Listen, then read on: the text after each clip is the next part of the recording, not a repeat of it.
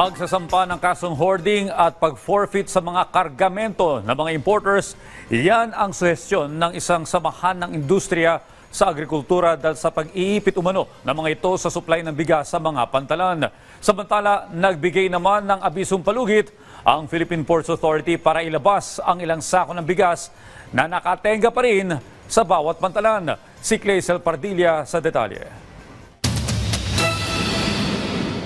Hanggang sa unang araw ng Oktubre ang ibinigay na palugit ng Philippine Ports Authority para ilabas ang sako-sakong imported rice na nakatenga at hinuhoard umano sa mga pantalan. Naghihintay sila na magkaroon ng pagkakataon na sumipa na naman, na mag-increase ang demand para sumipa ang presyo at saka doon nila ilalabas yan. Pag hindi pa siya na-claim by October 1, pinag-uusapan natin dito yung mga kargamentong more than 30 days na yung dwell time. Endorso natin to sa Bureau of Customs and then for them na i-declare na abandon nitong shipment na to. Kamakailan lang isiniwalat ng PPA na may higit 800 shipping container na naglalaman ng halos 24 na milyong kilo ng imported rice ang nakatambak sa dalawang pantalan sa lungsod ng Maynila. Kalahati umano rito ay higit isang buwan ang nakatenga at may ilan pang aabot na sa halos 300 araw. Dahil sa ating pagsisiwalat, over the weekend lamang po ay nasa 300 containers po ang na-pull out na ng mga kanya-kanyang consignees nito. Suhestyon ng Bantay Bigas, kasuhan ng hoarding ang mga importer at i-forfeit ang mga kargamento. Dapat talaga kasuhan. Sampulan, ang tagal-tagal na dyan sa port. Almost 9 months o 9 months na.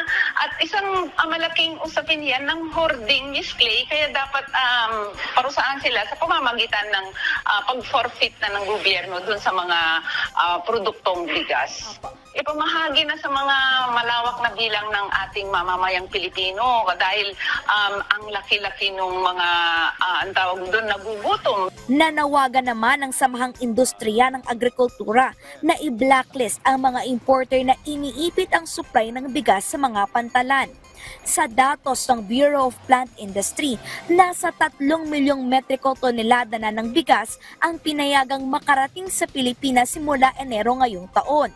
Giit ng Sinag, dapat maramdaman ng mga consumer ang pagbaba ng presyo ng bigas matapos bawasan ang taripa sa inaangkat na bigas. Ang nakikita pa rin natin is dapat bumaba na yung presyo kasi ang laki na lang pumasok, 16 million kaban na pumasok na bigas na.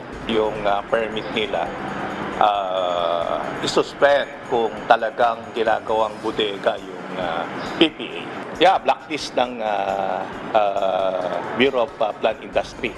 I-inspeksyonin ng Bureau of Plant Industry kung maayos pa ang kalidad ng mga imported rice at ligtas pang kainin.